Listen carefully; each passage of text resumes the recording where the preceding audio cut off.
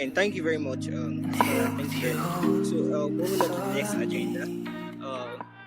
Once more, for those joining us, welcome to day two technical training for interns. We will learn communications and writing skill, report writing skills. These are the one of the most preeminent skills we need in our day-to-day activities, not just in our academic alone activity alone, but also in professional and our day-to-day activities. So, I'll suggest you again. I remind you that please pick up your pen, pick up your barrel, wherever you are. Please pick them up, jot things down, get as our trainer shares her wealth of knowledge and wealth of wisdom with us about this particular skill. So jot them down, get relevant things. Don't just jot it down.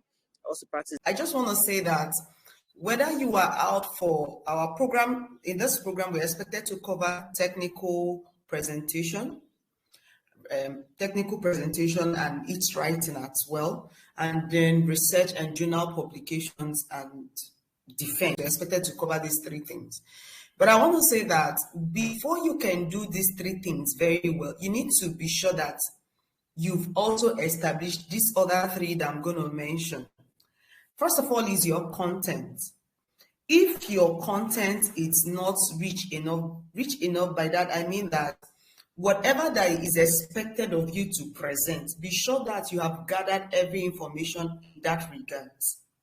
If you're expected to present something, let's say a technical report on use of GC machine, and then you are like, you just take the shallow part of it, and then you don't have the full detail, the spec, the particular make, and then everything about the GC, or you're asked to present a technical report on how a particular group used AAS machine to analyze some samples. You're expected to give us the spec of that AAS, the lamps that are available in that for that you used for that particular AAS analysis, everything about it. So if you're going to present, be it a technical report, you're going into a research work that you publish on a particular journal, you should actually make sure that your content is good enough. You have everything that's needed for that particular work.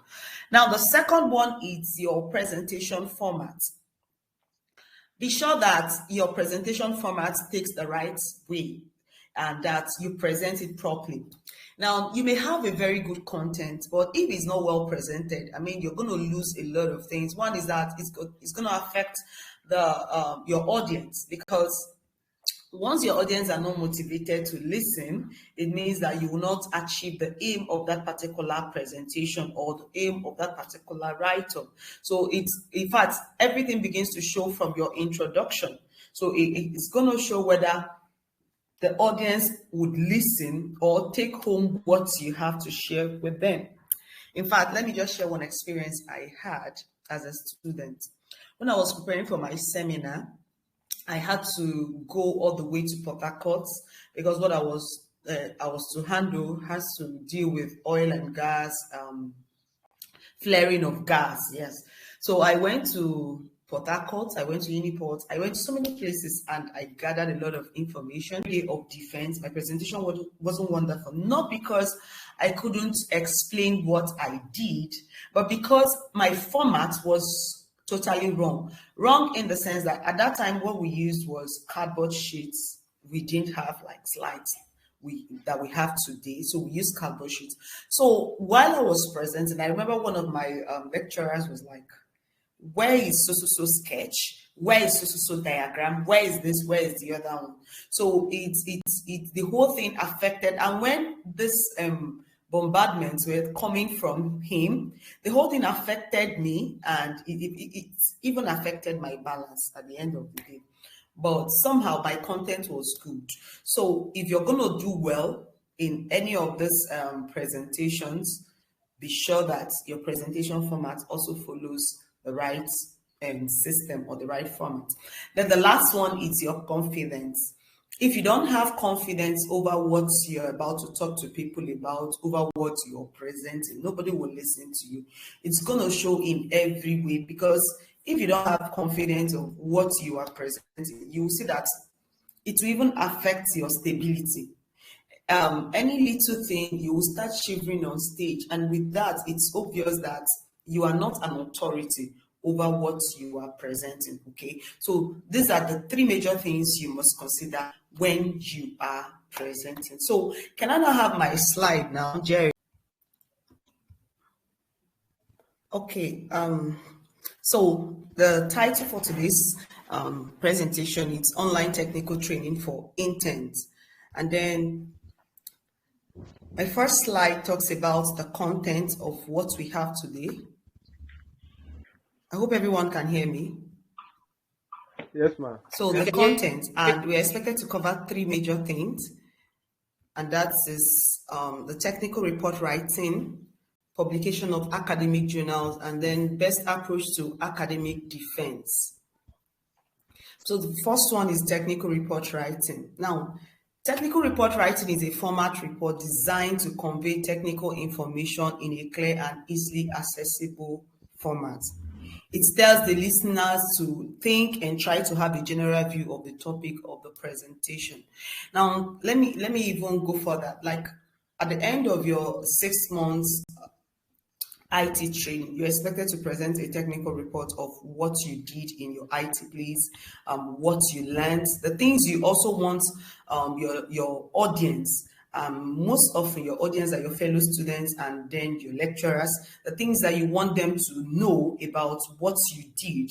Were there activities that you observed that they did, and then the ones that you yourself did yourselves, and then the projects that maybe the organization or you were able to achieve during your stay, the 6-month stay that you had at that particular company or organization. So basically, the departments that would always go for IT training are the people that has to do with science and technology. So mostly you find people in sciences, and for ESUT, you have people in applied natural sciences, you have people in agri science faculty, and then you have people in engineering going for their IT placements. I think maybe those in mass comm also does that, I wouldn't know. But basically we have those in sciences and engineering going for this particular program. And then it's also expected that in this technical report, if there were challenges that you experienced or you observed during your stay there, you should be able to also share it. And then if there are things you feel it calls for further research, these are things you learned, but you think we can proceed and research over some certain things in whatever area or discipline that you went for your IT in, then it's also necessary that you also call it up in this particular form of report writing. Now, each time you want to write a report, the first question you're going to ask yourself is, who am I producing this report for? Now, if you're presenting a report for, or you're producing the report for your institution, for the university, then the way you're going to present it will definitely differ from when you are presenting a technical report to an organization. Let's take, for instance, you are asked to conduct a survey, maybe a survey about the minerals in Southeast Zone. Now, maybe the contract was awarded to you by the government. Now, the way you present this kind of reports, knowing that you are presenting the report so that the government will take decision whether to proceed to go into exploitation or further exploration of those minerals or to stop. And it's different from when you are presenting your fellow students. So these things, you need to actually ask yourself, who am I producing this report for? And once you're able to answer that, it's going to help you to like streamline and repackage your work in that direction. Take, for instance, if I go for any mineral exploration work, the way I'm going to report it, the way I'm going to give this technical report to the individual that is interested in mining that particular mineral, or the organization that is interested in mining that particular mineral, wouldn't be the same way I would present to, let's assume that, assuming I'm a student and I'm packaging my report for my department, I'm going to defend it. It's going to be slightly, even though the real content may be similar, but it wouldn't be exactly the same. Okay, then the next one is, why are you producing the report? Why are you producing the report? If you're producing a report to get as an examination in the department, it's going to be a different ballgame altogether. Because in this case, you ask yourself, what are the rudiments? How do my department do this? Let's take, for instance, the referencing. I heard the last speaker, Dr. Maxwell, telling us about different referencing styles. There are actually so many referencing styles, more than 3. But if I'm presenting to my department, obviously I know that this is academic and I have to follow the upper format. But even if I'm in a business environment where they are not interested in my referencing, what their interest is basically whether to cash in their money or to pull out.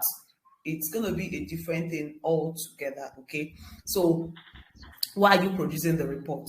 Then the last one is, what information are you covering? What information are you expected to cover within that? I think I heard him talking about scope for your research. Also, in technical report writing, you need to talk about scope as well, so that you would know when you have gone beyond what is expected of you, okay? So you need to define your scope early enough. Then the next one is, okay, here I try to mention the courses that require technical reports. Now, let me even say this now. For some students, you think this technical report thing, it's basically what I'm going to do after my IT, and after that, it ends there. Not at all. If you're within this domain, science domain, technology domain, engineering, mathematics, physics, just be sure that if you're going to be practicing your profession, then you have to be conversant with reports writing, because virtually the contracts that you're going to get in this area, at the end of the day, you will give a technical report of what your assessment, what you were able to do. Okay, so now the next one we'll consider now is, generally, there are major things it will do for you. I mean, technical reports. First of all, technical report writing is going to inform the reader or audience of your findings, okay? If I'm able to, like, let's say I'm exploring for, I'm going to be using more of geological terms because that's my domain. If I'm exploring for galena mineral and I need to inform my audience about what I found out in that particular area. I remember I did one exploration for a certain group of persons. They were interested in mining galena and sphalerite as well. And they've gone to Abuja, they've got their mining lease and everything. So, and after the exploration and evaluation, I told them that, see, the mineral you're asking for, the square meter, that's the area of land that you want to cover. You don't really have this mineral here. It's very slight. It's not in economic quantity. It's going to be waste of money. And then they were telling me, but see, just beside us, we have another people mining this particular mineral. So if they can get it from where they are, why can't we get it here? And I was like, it's not about if they can, why can't you? Remember that these things are natural things and placed or under the surface of the earth. It's not done by human. It's not a mathematical thing that if it's here, it must be here. But let's see what our the interpretation of our anomaly, see what it's showing. So don't bother going further. And I later heard, or one of them later called me. I was like, Madam, we actually went further. We hired the caterpillar, and after everything, we didn't see the mineral, as you said. And I was like, so why did you have to do that? They say that we just had to get the mineral, you know, when you also have some people that's expected so much that, okay, if they start mining, they will get so much from this particular exploration. So they didn't listen to the technical report. So the first one is to inform the reader or audience of your findings. Then the second one is you need to clearly communicate a solution to a problem. Assuming you're trying to like evaluate the environment and see, let's say, if you have heavy metals in the environment and everything, then you need to also inform the reader or the people that hired you. Communicate the solution to the problem. What can they do if they have so thing in the environment? What's the solution to the problem? And then convince the reader of your position.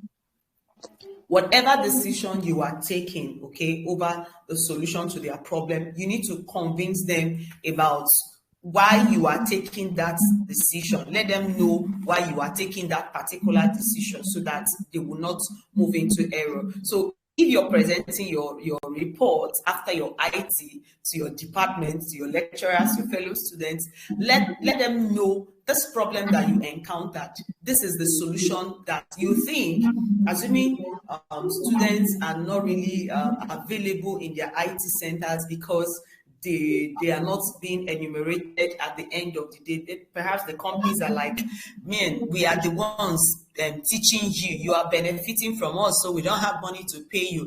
And it's affecting the motivation of the students to attend, to go for their IT.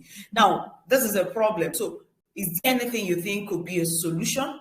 Now, if you say the solution is for the university to pay the students, do they have such money? So are there other things you think the school can do to actually enforce the IT training so that not just that the students attend, but that they will benefit maximally from it, okay? So you need to convince the reader of your position and why you think that's the right thing, recommendation, persuade them to act, There are things you would present during your technical report, and definitely your head of department or the lecturer in charge of industrial training in your department will be persuaded to act in line with the content of your presentation, whether you're just submitting a written report or you're presenting, you're defending your report, and then you can also aid them in decision making.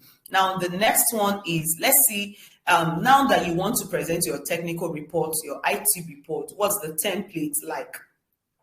I remember and the first speaker was talking to us about preliminary pages, your title page, your certification, and all the rest of them. You can also include them in your technical report since you're presenting it to an academic institution. Okay, that was what I was talking about. You need to ask yourself, who am I presenting this report to? Okay, so if I'm presenting to the government, it's definitely good. My preliminary pages will not be exactly the same as when I'm presenting to the university. And then the next one is your executive summary. Now, just like in your research work, when you're presenting your research, you have abstract. Abstract is like the summary of all you've done. For some persons, they will want to, because abstract is within the front page, they will want to write their abstract first before doing the real work. No, that's not the right way. The right way is to do your work, conclude your work, and then get the summary of that work you have done. Let's see the summary of the work you've done. So that's the right way to go about your abstract. And then when it comes to report writing, basically we call it executive summary. So this comes at the early stage, yet it's better done at the end of your writing. So it's abstract in academic writing, whereas in technical reports, we refer to it as executive summary. Okay, now the next one is your table of contents. The last speaker also spoke about this, so I'm not going to spend so much time on them. Your table of contents, your table of tables, your table of figures, your list of plates, your list of appendices, your references, they are very, very necessary. Now, the body of the work, the introduction. Now, what the reader needs to know, the background. When it comes to technical report, it's not exactly the same as your research work. Okay, so because in your research work, when you're done with your background, you need to give us the aim of the work, you need to give us the objective of what you're researching, and the first speaker have already explained that. You need to also give us your the kind of methodology, the kind of equipment and stuff like that you will be making use of in the work.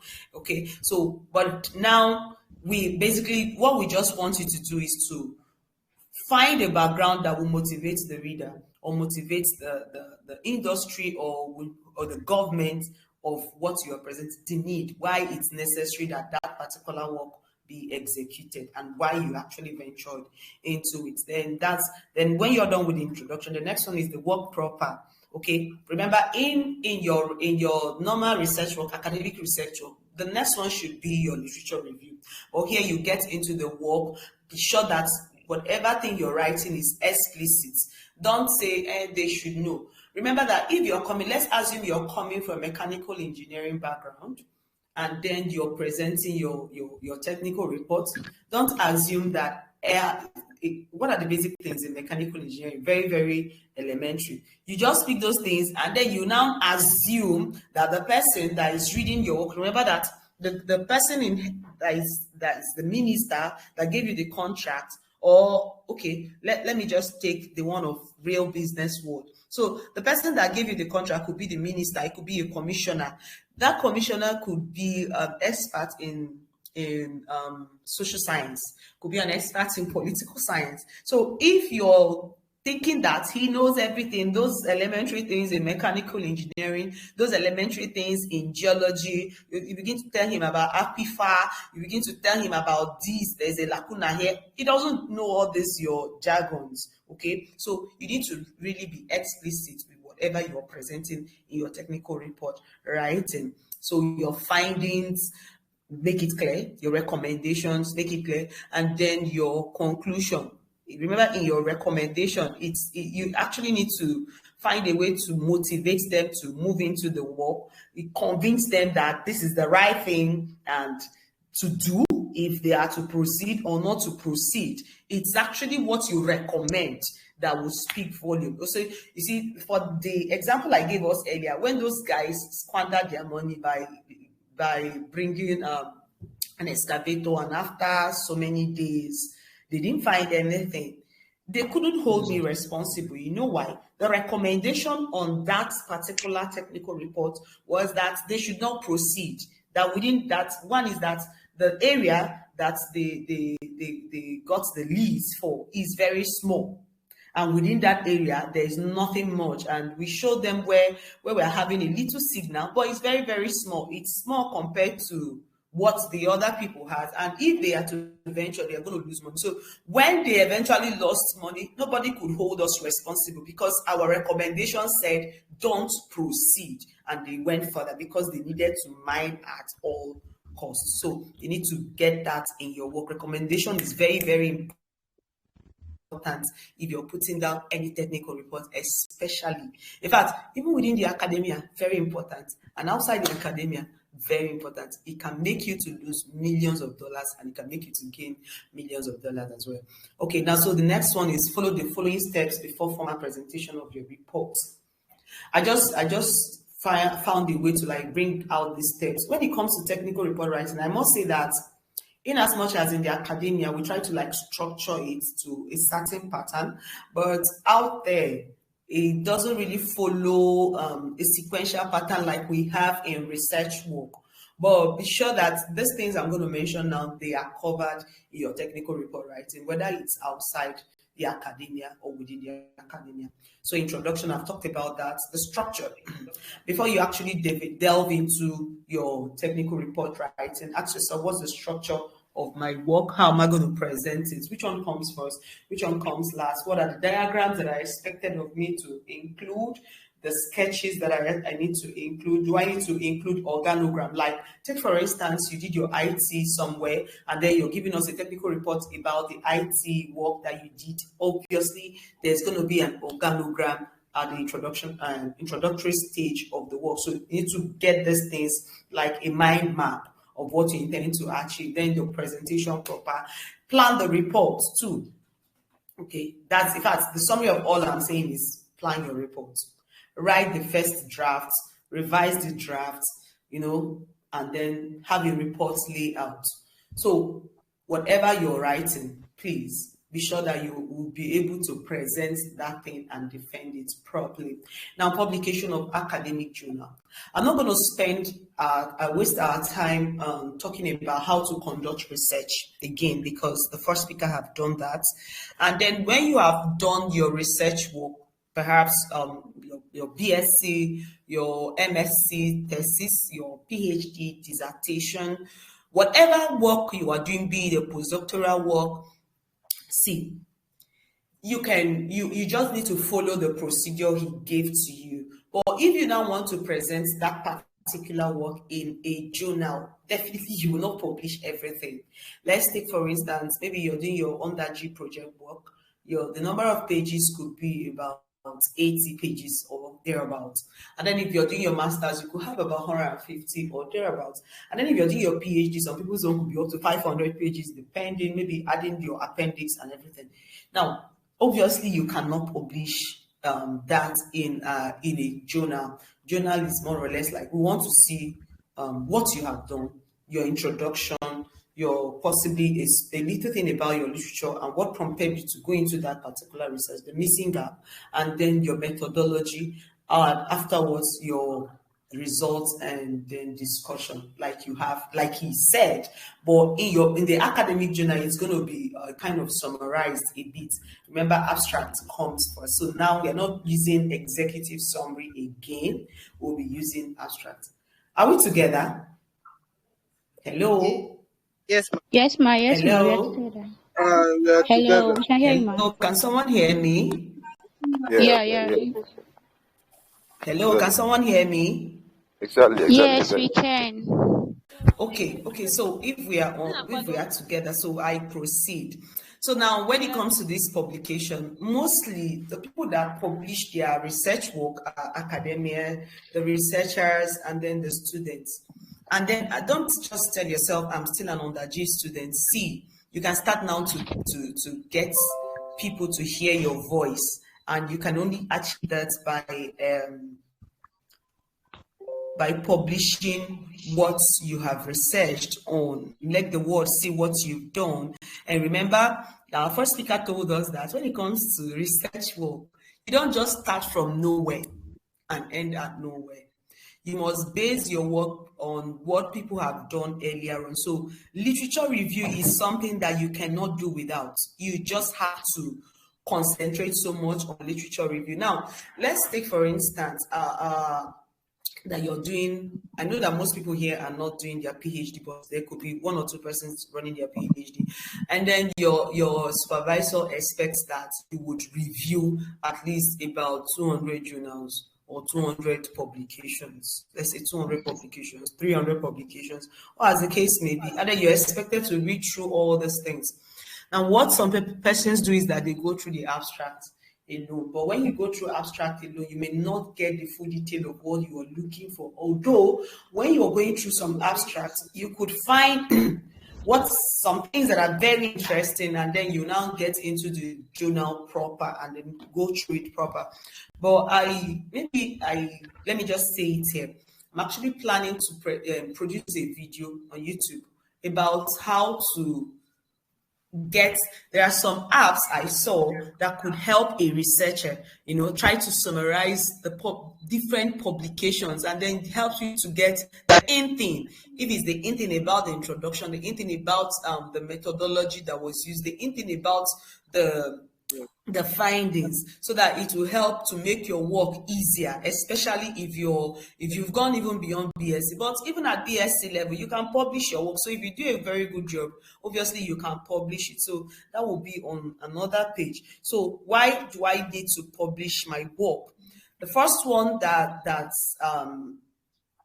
the first reason why I need to publish my work is that I need to document my work for my own use and for the use of others, so that others can refer to my work.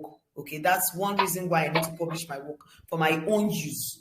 I need to be selfish now, and then open it up so that others can find out the new thing that I found. It's possible that someone is about to conduct a research on a particular thing, and then he doesn't really have all it takes to do that. Let's maybe like equipment for that particular work. Now, if I publish my work, apart from my own personal benefits, people are going to see what I have found out, and it will also help them in their own work. But if you don't publish that work, someone can start from the beginning to conduct that particular exercise that you have done already. And it's not going to be for the good of any. I mean, not for the good of the person that is starting afresh when someone else have conducted and found something reasonable in that regard. Not for the person's good, because we believe in science. You just need to climb on the shoulders of people that have achieved something, and that's actually reference that method. And then when you publish your work, the person will now cite you. Remember, he talked about citation. So the person will now cite you, and when the person cites you, it's going to make the world to know about you the more. Like, let's take, for instance, you're in ResearchGate, you're in Google Scholar. Now, when people cite your work, it's going to increase your rating in any of these, even if there's one we call academia.edu. It will increase your rating. So you really need to publish your work. So for your BSc work, for your MSc work, for MSc, you're not going to graduate in any of the Nigerian universities without publishing at least a paper from your MSc work. And I think PhD, you must publish at least 2 papers from your PhD. So as an SPE member, or that you're part of this program, just begin to tell yourself, you're still an under G. Tell yourself, you see, my project work, my final year project work, I am going to publish it. I want to start now to make the world hear my voice. Now, the general research format. Let me just run through this, but he has said this before. A summary of what you have done. That's your abstract, the keywords. Now, these things I'm mentioning, it's not for the main research work you've done. I'm talking about how to publish on a journal. Okay, he has talked about the main research. So now that you're done with the main research, how do I now publish this work on a journal? So the first one that will come up is the abstract. The next one is the keywords. The next one is introduction. And then for some journals, literature or background of study. And then the next one is methods and methodology. Then results and discussion. Then the next one is recommendation. Then your summary or your conclusion, as the case may be, but preferably summary, and then your references, and then the acknowledgements. Are there people that, you see, if it's in your real research work, the one that you present to your department, you see that your acknowledgement comes first. But in most of the journals, you see acknowledgement coming last, okay? So, and then each journal has their own format, but this format I gave us is just a general stuff about journals, and they will also tell you their own font size, their spacing, all those things. You need to observe them, the diagram aspect of it. For some journals, they will tell you to put the words separate and then put the diagrams. They will give you a separate link sheet for you to upload the diagrams and the tables. But that's where being sure that you labeled your tables and then your diagrams properly. Now, if it's a journal that would ask you to upload your tests separate from the diagrams. Now, remember in the test, you refer to some of those diagrams. In fact, you refer to all your diagrams. There is no diagram, even in your main research. Just note that every diagram you put, be sure that there is a sentence, there is something you wrote where you referred to that particular figure. Let's say figure 1.1 said is this and the other one. So if you refer to your figures properly or your tables properly, now when that journal, when they are now doing their proper formatting and setting the work, and after all their editorial corrections, then your work will be accepted. But if you don't follow their own format, obviously they will push it down. They will also tell you the format of their referencing style. So be sure to follow it to the later. And the next one is major considerations in choosing a journal to publish your work. Very, very important. When you want to publish your work, you don't just publish your work in any journal at all. There are quite a number of journals out there. There are some that will even be begging you, come and publish with us. Now, as a fresher, you may think, let me just publish with these people since they are asking me to publish with them. That's not all you need. There are things you need to consider before you doing that. First of all, is your area of specialization. If I am in geology, it wouldn't make sense for me to go and publish in journal for sociology, no, or theology, no. So look at the area of specialization of that particular journal. So that your friend published there doesn't mean that you must publish there. Be sure that their area of specialization or your own area of specialization synchronizes with their targets audience. Now, you also see some journals out there that will tell you that they publish everything, irrespective of the area of specialization. For me, I don't go for such journals, especially now that I'm more knowledgeable about those things. Now, the next one is your indexation. Now, when it comes to indexing, for some organizations, if you're publishing, they will tell you that be sure that the journal where you're publishing is indexed with so house.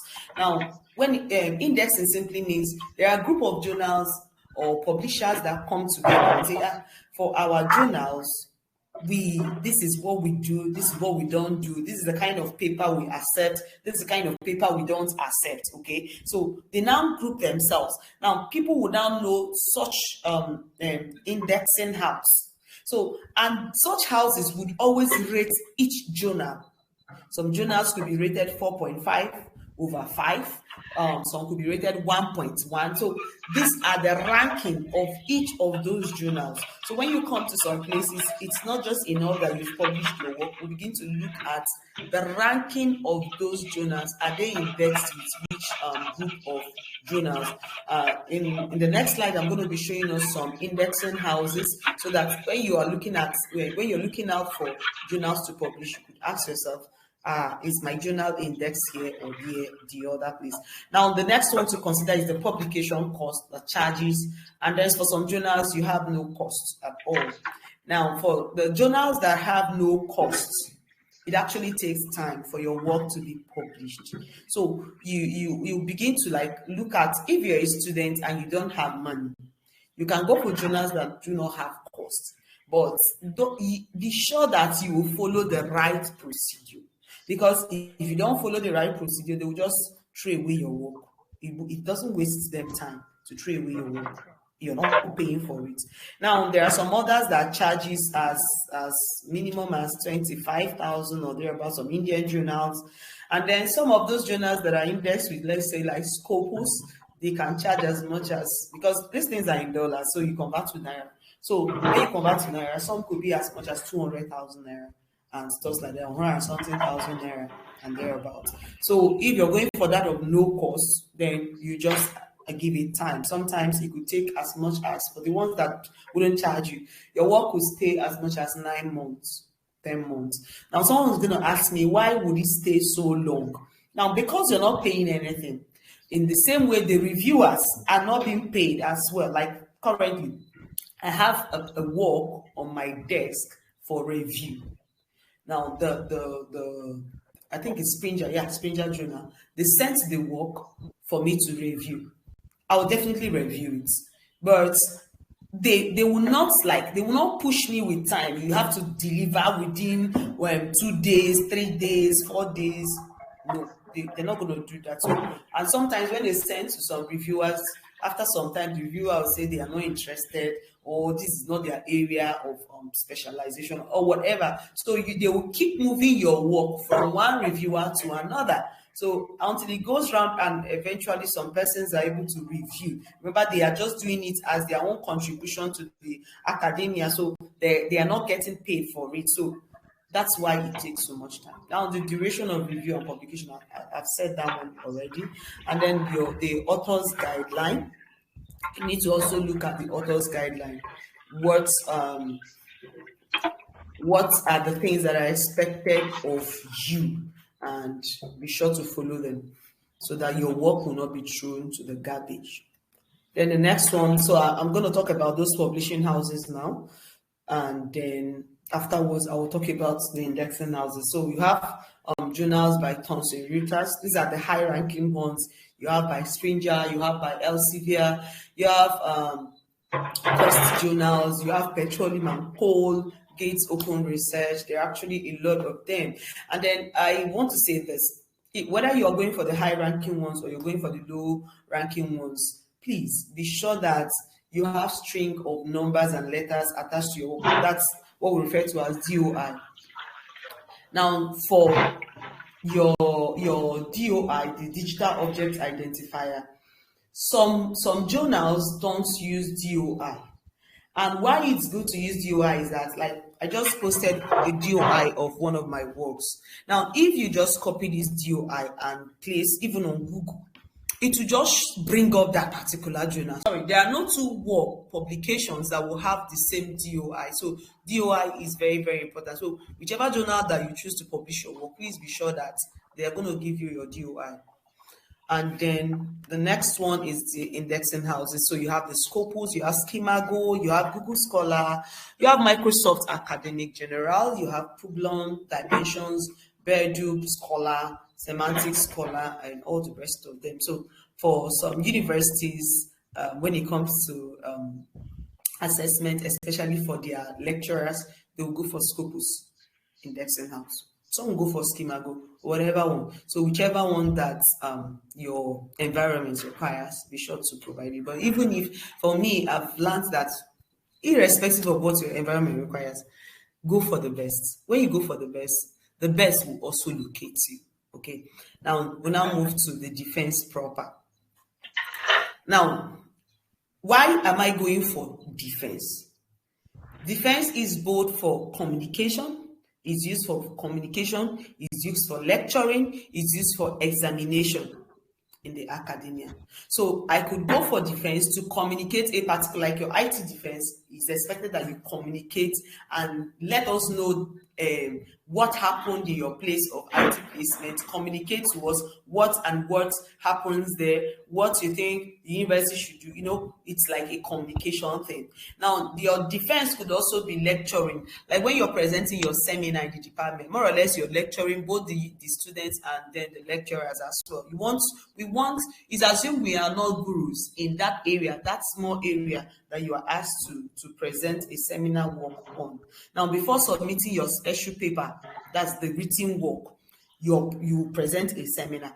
In that seminar, you are teaching us. We want you to lecture us. So if you know what you're presenting very well, man, everybody, you've seen when you come for your presentation, sometimes they will tell you that you have 10 minutes to present and they're going to ask you questions for 5 minutes. Now, you now see that there could be some persons they will come. Between 7 minutes, the timekeeper is already saying 3 minutes to go. But some other persons will be presenting. The timekeeper wouldn't even know when 10 minutes have elapsed. Why? Because the person that is presenting knows his content very well and he's confident enough to his confidence level is something else. Sometimes, I just want to say this, but it's true. Sometimes a student may not be very good in what he's presenting, but because his confidence level is very high, people will think he or she knows what he's presenting. I've really seen it among students, and it's so true. So, like I said at the beginning, be sure that you have your content, your presentation format, and your confidence intact. Okay. Now, the next one is learn to communicate. Some people cannot, or maybe they can, but due to some things, they are not always confident when they come to a crowd of persons. When you ask them to stand up and speak to the audience, they feel, I don't really know what they feel, but they may not really present properly. So to that effect, I advise that you go for some online classes on how to communicate, on how to present things to audience. That's going to help you. You have some on Google Garage, you have on Udemy. Just go there, you would see things that you need. Learn how to communicate. It's going to help you to be your academic defense. Then the next one is be fluent with the language you're using, your language of communication. Be sure that you're fluent in it. For here basically we use English. So be sure that you're fluent with the language. And if you are in a setting where you have options of the language to use, then if you're more fluent with your mother tongue, use it. But not in the university, because you was present with English. English is our mode of communication here. But let's say you're presenting elsewhere, like when I'm asked to talk to some persons, and I just look at the audience. The first thing I will do is to look at the audience. I could prepare whatever I want to present in English. But when I look at the audience and I found out that this audience, they are not really students. And then if I want to really penetrate, I also need to use the local language. You know what I will do? I will start using the local language. Maybe because I've already prepared my work in English, I will mix it up. Sometimes, if it means that I have to go dialectical, I will go dialectical just to get them. I remember presenting in Kano West local government, and when I looked at the audience, I saw a lot of parents, even though the NGO that invited me is actually looking out for more of young people anyway, but even the married people are also included. So when I just looked at the audience and then I looked at where I am talking, I'm not talking in maybe Enugu town. So I went dialectical. So before you knew it, everybody in the audience, everybody gave me rapt attention. In fact, when I finished, it was like I should continue. So you need to be sure that you are fluent with your language of communication and then speak up and be heard. If we don't, as when you're presenting in your department and your lecturers cannot hear you, they will just rate you. They will just rate you with only what they can see, your abstracts, your references, and unfortunately, if your references weren't properly done, and then you have some hitches around your abstract, you failed. Well, if you can speak up well, at least with what the content of what you are giving them, it will help you to come up. So build that up. I've talked about confidence already. It makes a whole lot of difference. Now, dressing also builds confidence. So dress well. If you dress shabbily and once one person, maybe one of the lecturers points out, what are you putting on? It's going to affect you. You start, it's somehow, it starts bringing down your confidence level. You start pulling down for the ladies. You start pulling down your skirt. You start doing this for the guys. You now remember that you didn't comb your hair, like the style, the hairstyle that is everywhere now. I'm beginning to ask myself, is everybody a footballer? Because sometimes you ask students, why is your hair like this? Your hair wasn't like this last year. Why is it like this year? You tell me, I'm into entertainment. I'm a footballer. And I'm beginning to ask myself, does it mean that all these students, all of them are entertainers, all of them are footballers? It doesn't make sense. Once you just show up, the way you appear would actually, in fact, it says volume. When you appear so shabbily, they will not even give you listening ears. It's going to affect somehow. It's a psychological thing. It's going to affect your lecturers on their assessment of your person.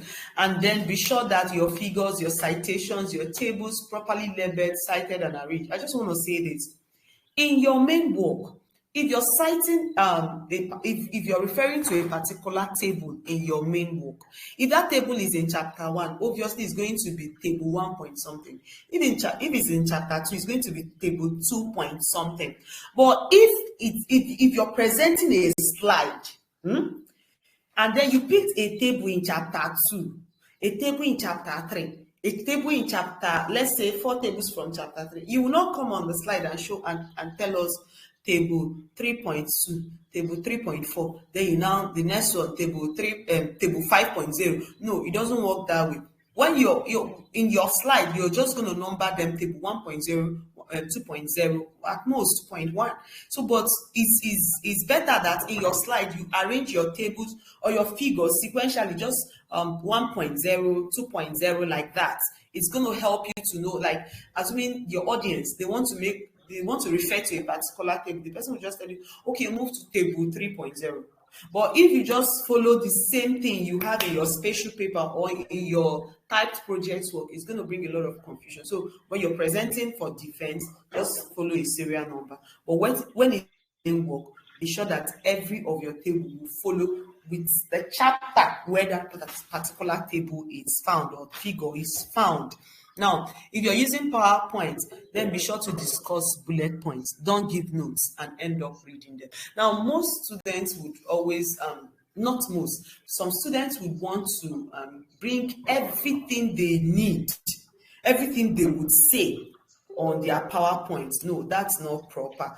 Just what we need on your PowerPoint is just bullet points. So when you see the bullet points, it will help you remember what you're supposed to say. But if you carry the whole notes and present there, I mean, it will affect you so much, affect you in the sense that you will try to, unconsciously, you will try to read everything you have there. And once the lecturers or your audience, let me even say the lecturers, not your audience, because the students may not say anything. They will not even say anything to that effect. But once the lecturers notice that or observe that you're just reading and the work is not even, PowerPoint is bullet points. So it's not in that form. They'll just say, okay, thank you, we can read ourselves. So don't tempt yourself to start reading. If you do, they will tell you to stop and allow them to complete the reading. And by so doing, you would have been stopped halfway. And then be ready and willing to entertain questions. For some students, at the end of their presentation, maybe the moderator of that particular presentation would ask your fellow students, anybody, any question? The students will be like, it's as if they've planned it with their colleagues. Don't ask. And if any of them ask questions, it's like, you want me to fail? I'll be, no. In fact, let me even tell you, if you actually know what you're presenting and your fellow students or any other person asks you a question and you are able to defend and actually answer that question, there is also mark for questions answered. Okay, so when you're able to do that, you're able to answer and defend properly, man, you the sky is your limit, and you would get the mark for that particular one. So this is where I'm going to end for today. Thank you very much, everyone that have listened through. Thank you, and thank you. I want to believe that we were really, really enriched today. And I'm actually here for questions, if there are questions. So thank you, Jerry. So thank you very much, ma'am. That was a brainstorming presentation. And I think personally, I've learned a lot. And I've told myself that as a final year student, I'm going to present my project. Actually, I don't mind how much it's going to cost me. Like our trainer has said that if it's advisable you go for the best so that you can actually get the best. You can ask the question. Okay. Thank you very much, ma. Please, ma. I think I appreciate seminar. Please, my question is based on APA referencing. Please, I'm a student at Torrance University. So, and there are some projects that I'm handling, but they are specifically talking about the referencing based on APA. So, please, that's where I want you to throw more light how to reference based on that APA style, please. Thank you very much. Okay, please, ma, can you hear me now? Hello, can you hear me now? Okay, please. I'm asking a question based on the upper referencing style. Please, can you throw more light on that? I want to understand the pattern of reference, because the one I know, for instance, if I want to do a reference, I can just reference the person. Like if it is one person, I'll just write the name of the person, maybe Gideon, then A, 2019, something like that. Then if the one I know, I don't paginate it. I don't put pages, the number of pages. So please, I want to know, based on APA style, please, how do I go about that? How do I go about that, about referencing when it comes to APA style? Okay, that's fine. Now, when it comes to APA or APA style, simply put, the surname, like you said, Gideon. Most times, Gideon is someone's first name, not the surname. So you use the surname. After the surname, you put a comma, and then the initials. Let me use myself, Onyabo. So I will write Onyabo, comma. My initials are C.F. So I'll put C.F. Okay, then I'll put the A. Sometimes you're asked to put the A in a bracket. At other times, you just leave it like that. After the A, you put full stop. And then you give the title of the work. If it's a journal, you give the title of the work and then followed by the name of the journal. You understand? And then maybe the volume, the bulletin number, the publishing house. So that's it for single person. But if we are two, let's say Onyabo and Okoro. So what you're going to write is Onyabo C.F. Remember, I'm talking about list of references. Yes, I'm not talking about the citation inside the work here. So I'll now write Onyabo C.F. and Okoro F.A. Then put the A either in bracket or out of the bracket. If you're using brackets, follow it all through. If you're not using it, then follow it all through as well. And then the title of the work you did in the journal name, the volume, and all the rest of them. Be sure to also include the URI number. Okay. Yeah. Yes. Please, what about in in-text referencing? And then the A. Sorry, did I mention the A? No. Oh my God, sorry. I said, okay, after the initials, the next thing is the year. I said it can be in brackets or not in brackets. Yeah, my dear. Yes. Okay. Okay. Okay. What about in-text referencing? In-text referencing. In-text referencing. Now, for that one, for indexing, right? Yes, ma'am. Okay. We are talking about when you want to publish your work. You understand? When you want to publish your work in a journal, most good journals are indexed with any of these things I showed us in my slide. Is it that they are indexed with Scopus or they are indexed with any other one? But for those that have been into publishing, you will know that if you just see a work that is published by Springer or published by Elsevier or published by Thomson Reuters, Petroleum and Coal, those journals, you just know that they are the good ones. And the indexing house, it's like, how do I explain it? Like a group of persons came together, group of journals, publishers came together and decided to have a kind of, we want a standard. So they now grouped themselves together. So if you go to Scopus, www.scopus, you see a lot of journals under them.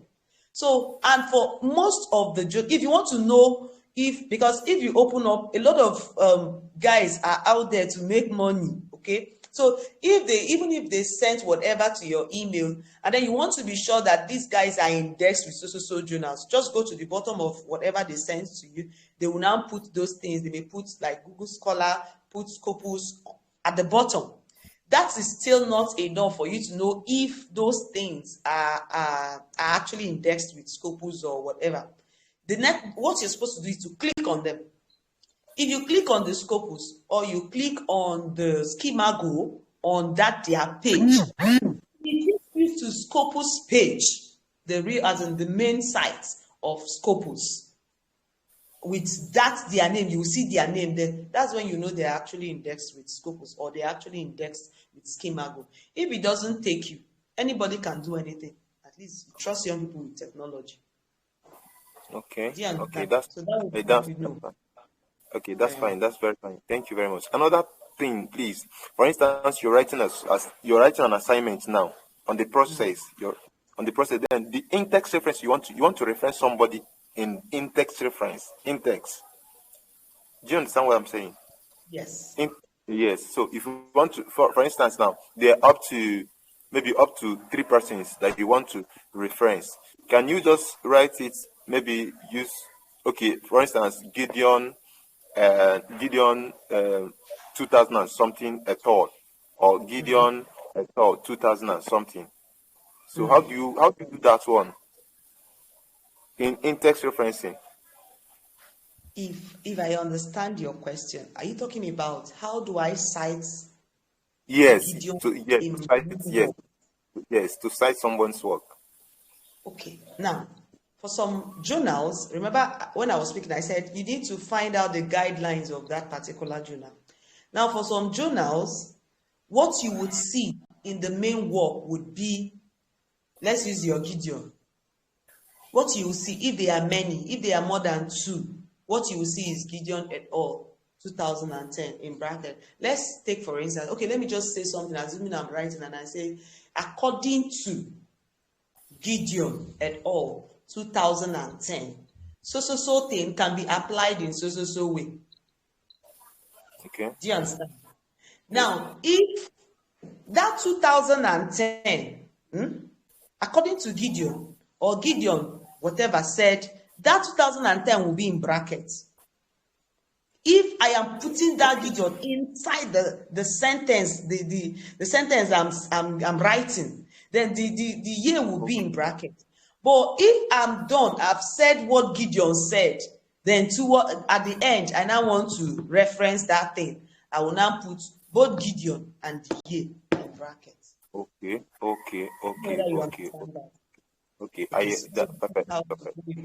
Now, sometimes you could also give a sentence. Remember, he talked about plagiarism yesterday. So now, so it could be that that sentence you're giving, it could be a compound sentence, but that the content of that sentence, you picked it from Gideon's work, you picked it from Okoro's work, you picked it from Onyabo's work, like 4 different authors. So how do you cite it? It means that you're going to say Gideon 2010 or Gideon et al. 2010, comma, you keep citing the 4 of them until you complete, then you close the entire bracket. And for some work, what you will see is in that citation, you will see numbers. I don't know if you've noticed that. You Yes, see ma'am. 1 in bracket, you see another 1, 2, like that. Now, when they now want to now give the list of references at the end of the work, you will now see 1, they will give the name of the person. So for such work, when you are reading, let's say so person said this, and then at the end they put 1 in bracket. Most times the bracket would be like a square type bracket. So now when you now see that, it means you just have to go to the references immediately and know who they refer to as 1. And any other time they will refer, I think it's Okoro that is 1, that they mentioned Okoro in the first sentence as 1. Any other time Okoro, they will refer to Okoro, they will cite Okoro's work in that particular work. They will still write it as 1. Because in the list of references, 1 is now for Okoro. Do you understand? Okay. All right. Okay, thank you very much. Please, another thing I wanted to ask is in that reference, because the assignment I was given a specified number of references I have to. In fact, they said 10 references, not more than 10. But in my work, I have more than. So how do I go about it? I have more than 10 references, but they said not more than 10. And like how many letters are you expected? Like, or how many pages of the 500 words. 500 letters. To follow the rule is more important than any other thing. So you need to cut down on the people you're citing. That's just it. Okay. Or are you scared that you're going to say something, and if you don't cite the person, it will be plagiarism? Is that the problem? Why? Exactly the point. Okay, that's why you're finding it difficult to step down on the number of points. Yes, ma'am. Okay, to that effect, for me, there are some things you cited. It's possible that there are some things you cited that is a norm. Example, the sun rises at 7 a.m. or at 6 a.m. in Enugu. Now, it's possible that Chimamanda Adichie wrote that in her work. But it's a norm, it's a general norm that the sun rises at that time in Enugu. Okay. So I mustn't quote Chimamanda to that effect. Okay. So for the general norms, if they have given you that you shouldn't cite more than, follow that. And for general norms, use what you know. Don't cite. Okay. Thank you very much. I'm glad. Thank you very much. Okay, Jerry, I think I'm done with the question. Thank you very much. I don't know. Is there any question on the call? Please unmute yourself and ask your question. Is there any other question? Okay, I have a question. Okay. Can you hear me? Yes, we can. Yes, okay, go ahead. I have a question. Sorry, I didn't join from yesterday, but I joined from now. So one of my questions is, what if you are currently not undergoing any research work, but you want to publish a journal? So I want to know if is it compulsory that every journal must have a laboratory activity before you can publish it? That's the first question. Okay. Yesterday, our uncle told us yesterday that scientific research, most often you go to the lab. But let me just say here that in scientific research, you have 2 forms of research. In fact, in all research in quotes, you have 2 forms of research work. You have the real research, That is experimental research. And then you have review research. Like for those that pass through the sciences, I don't know about those in management science, but I was discussing with one economics student yesterday, oh no, 2 days ago, and she said they don't do seminar in their own department. But for those in sciences and engineering, you know that before you tidy up your degree work, you do a seminar work. And then before you now do the project work. The seminar work is actually a review research. You didn't go to the lab. You did not do any experimental research per se.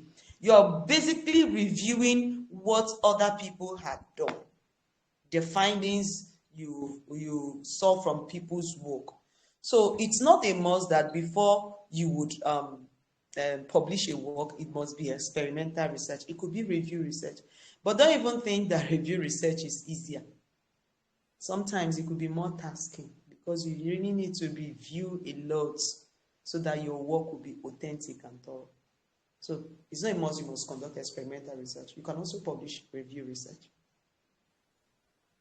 And it also depends on the journal guideline. Some journals will tell you that it has to be experimental research. And then some will also tell you that they accommodate review research.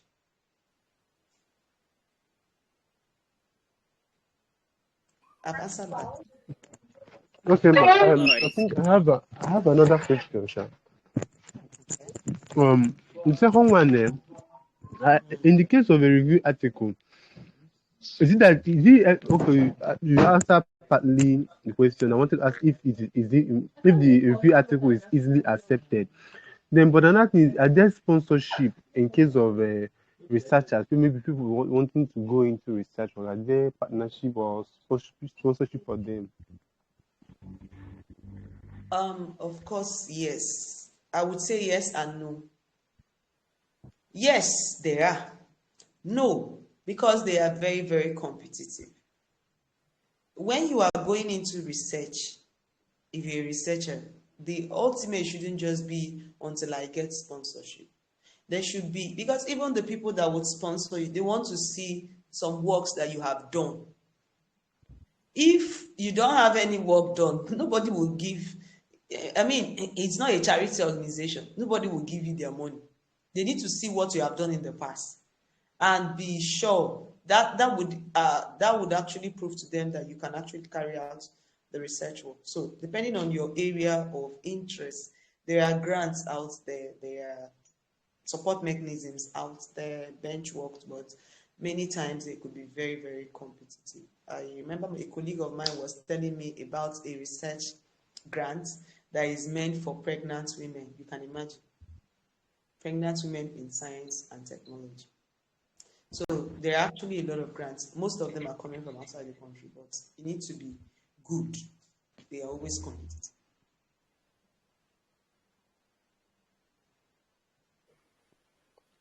Okay, Miracle, are you done with your questions? Yes, that's all. Thank you so much, man. All right. Please, we'll take one more question. Is there any other question so we can call it a day? Is there another person who has a question? Hello. Melody, you have a question? Yes. Okay, please Doctor. ask your question. Good afternoon, Dr. Nyabo. Oh, good afternoon, Melody. How are you doing? Thank you so much for this kind of platform. It's really impacting and exciting. But I want to ask somebody who is preparing to do a defense, what is the person looking out for? Want to do a defense on a project you're doing, MSc. What are you looking out for to concentrate on in order to defend your project properly? Okay. Thank you very much, Melody, for that question. Basically, I would tell any student at all, know your work like your fingers. Know everything you did. Sometimes, for those in postgraduate studies, they would give out some part of their work to someone. Okay, let me give, for example, you give out statistical work. There's some statistical work in your research work. You now give it out to someone to do for you, and then you pay off the person. Could be good, but that's not the best. Because on that very day, anything in your work, you expected to know it. And when the examiner begins to throw questions at you, and you now say, I didn't do this one myself, that's the beginning of failure. So the very first thing is know the content very well. The second thing is have the right presentation format. Follow the order, the sequence. Know all your figures. Be able to explain your figures properly. Sometimes we catapult beautiful pictures into our world. But if you're not able to explain these figures very well or the tables properly, it's going to affect your rating before your examiners. And then the third one, have the confidence. In fact, your aim should be the best, to come out to defend that work and be the best out of it. So that's it. And sometimes they could ask you a question that you don't know, which is related to your work. Simply let the examiner know that, I'm sorry, Prof, or I'm sorry that this work did not toe that direction. This is the part I told. So that you don't end up saying what is wrong, what is not right, while you're trying to defend that you must answer that particular question. So that's it. Okay, thank you very much. You're welcome. All right. I think that is all we can take for the day. So I want to once more thank our trainer, Dr. Chineye Onyembo. That was an explicit lecture. As a matter of fact, I think we all benefited one way or the other from it, and we say a very big thank you. Really appreciate your efforts. Despite a busy schedule, you still made us time to come train us on these important communications and writing skills. So once more, I would like to remind us that this technical training is brought to you by Society of Petroleum Engineers, ESUT chapter.